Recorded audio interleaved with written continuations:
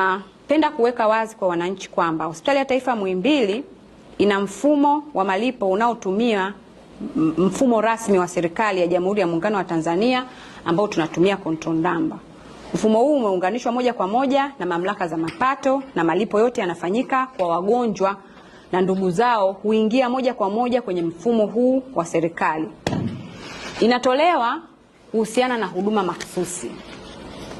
Ukihitaji kutibiwa aina fulani kwamba upasuaji labda mtu amekuja kujifungua, kwa hiyo pale kwenye bili yako huku ndani itakuwa imeandikwa malipo kwa ajili ya upasuaji wa kujifungua au tunaita cesarean section.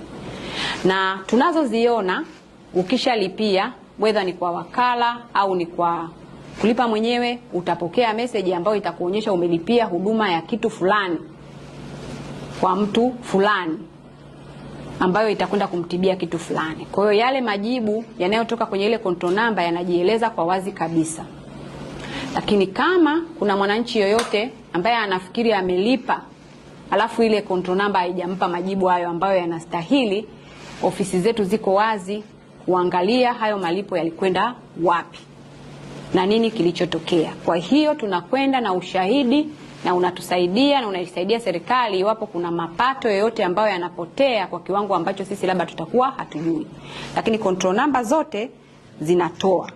Lakini tunawasisitiza wananchi wote kufuatilia na kusoma vizuri risiti za malipo yao au kuziwasilisha kwenye ofisi stahiki kwa ufafanuzi zaidi iwapo wataona zina maelezo ambayo hayako sawa. Na niwashukuru wananchi wote ambao wamekuwa wakituwasilishia wakiona control number zao zina shida, wamemaliza malipo, na tukiangalia tunachothibitisha sisi ni kwamba je, ile pesa imeingia kwenye akaunti yetu? Kama imeingia kwenye akaunti yetu, then kuna changamoto kwetu labda ilivyoingizwa au kuna changamoto yote iliyotokea, lakini lazima tuthibitishe kwamba malipo yameingia kwenye akaunti yetu kama ambavyo mteja amelipia. Kwa hiyo tuendelee kuzisoma vizuri na kuzifuatilia.